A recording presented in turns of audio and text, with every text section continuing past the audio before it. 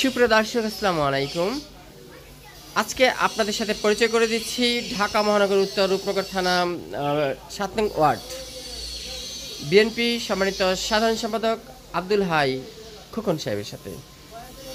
আমরা একটু মশা প্রতিরোধ নিয়ে কথা বলবো খোকন সাহেবের সাথে। আসসালামু আলাইকুম। ওয়ালাইকুম আসসালাম ওয়া রাহমাতুল্লাহ। একটু জানতে চাই যে এই যে আপনাদের ৭ নং ওয়ার্ডে চারিপাশে আশেপাশে বিভিন্ন বস্তি আছে এবং আছে খাল বিল এবং অনেক ডাস্টবিন। আসলে এই ডেঙ্গু মশা বা বিভিন্ন মশা এখান থেকে উৎপত্তি হয়। তো এটা প্রতিরোধের জন্য আপনারা কি নেতৃত্ব দিচ্ছেন, কি করছেন?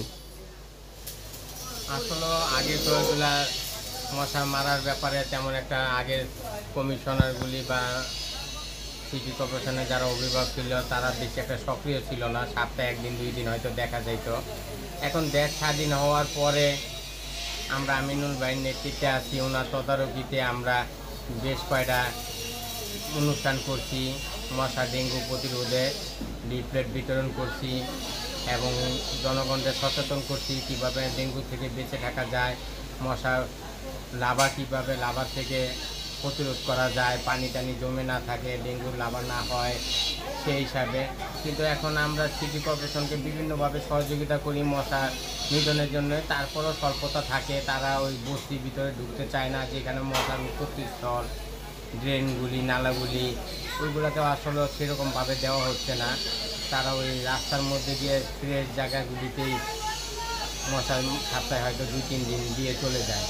যেখানে আমাদের আরও সক্রিয় ভূমিকা নিতে হবে, আরও কাজ করতে হবে, রাবার উৎপত্তিস্থলগুলি ধ্বংস করতে হবে। তাহলে আমরা সিটি কর্পোরেশনের ভূমিকা সম্পর্কে একটু বলেন। সিটি কর্পোরেশন আপনাদের নেতৃত্বে কি চলে না? ওনারা তো দেখি মেন রাস্তা দিয়ে চলে যায় ঔষধ ছিটাতে। না, ওনাদের কাছে আমরা যখন যাই, যে যখন বলি, তখন তারা ওই তাৎক্ষণিকভাবেই আমাদের সাথে থাকে, কিন্তু ওই পরের দিন আর তারা আমাদের এই মতামতগুলি প্রাধান্য দেয় না। হ্যাঁ, অনেক একদম গভীরে যে যাবে, একদম গলি থেকে গলি এবং যেখানে খাল বিল বা মেন রাস্তা দিয়ে মানুষকে দেখানোর জন্য তারা সিটাতে চলে যায়। সেটা কি ঠিক? সেটা তো ঠিক না। না না না, ঠিক হ্যাঁ, মানুষকে দেখানোর জন্য দরকার নাই তো, সে কাজ করবে। এরকম একটা ভাব যে তারা তাদের বেতনগুলি হালাল করলেই হয়েছে, তারা কাজ করতেছে এটা যাতে জনগণ একটু দেখো। কিন্তু মশা মরলো কি মরলো না সেটার প্রতি তাদের কোনো ভূক্ষেপ নাই, ওটা তারা করে না। আচ্ছা। আমরা অনেকটা লিফলেট বিতরণ করছি ডেঙ্গু প্রতিরোধে, তারেক জিয়ার নির্দেশে, আমিনুল ভাইয়ের নির্দেশনায়।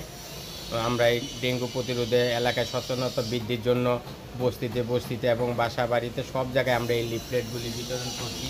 আমরা এই সচেতনতা কার্যক্রম করছি। কিন্তু দেখেন, এই লিফলেট ঠিক আছে, আপনারা আমিনুল হক সাহেবের নেতৃত্বে অনেক অ্যাক্টিভ এবং কাজ করে যাচ্ছেন, কিন্তু আপনারা পারবেন নেতৃত্ব দিতে, কিন্তু কাজ যারা করবে সিটি কর্পোরেশন, ঔষধ ছিটাবে তাদেরকে আপনারা সবাই 10 থেকে 12 জন একটা বৈঠক দেন তাদের সাথে, যে আপনারা কি ছিটাচ্ছেন, এগুলো মশা নিবারণ কি হয়, এইভাবে আপনাদের কাজ করতে হবে, তাই না? আমরা তাদেরকে টাকাটা দিচ্ছি, আমরা তাদের সাথে যোগাযোগ করি, যখন যোগাযোগ করি তখনই তারা করে। কিন্তু আসলে প্রশাসনগুলি তো আগে সরকারের আমলে তৈরি, তারা ওই আগের মতনই গা সারা ভাবে আচ্ছা থাকতেছে। ধন্যবাদ আপনাকে। আমরা সংক্ষিপ্ত আকারে আপনার মশা প্রতিরোধের বিষয়ে একটু জানলাম।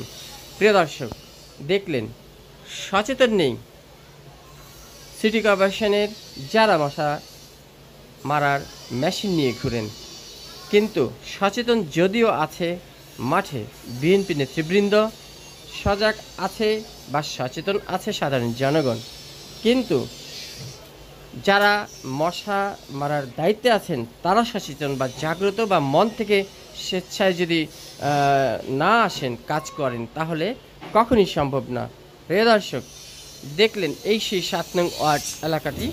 আমরা পুরো এলাকাটা তো আপনাদেরকে বিভিন্ন সময় দেখিয়েই থাকি, একটু সামান্য দেখালাম ৭ নং ওয়ার্ড এরিয়া। এটা বড় বড় বিল্ডিংয়ের পাশে কিন্তু ছোট ছোট এলাকাও আছে, বস্তি আছে, নালবিল খাল সবই আছে।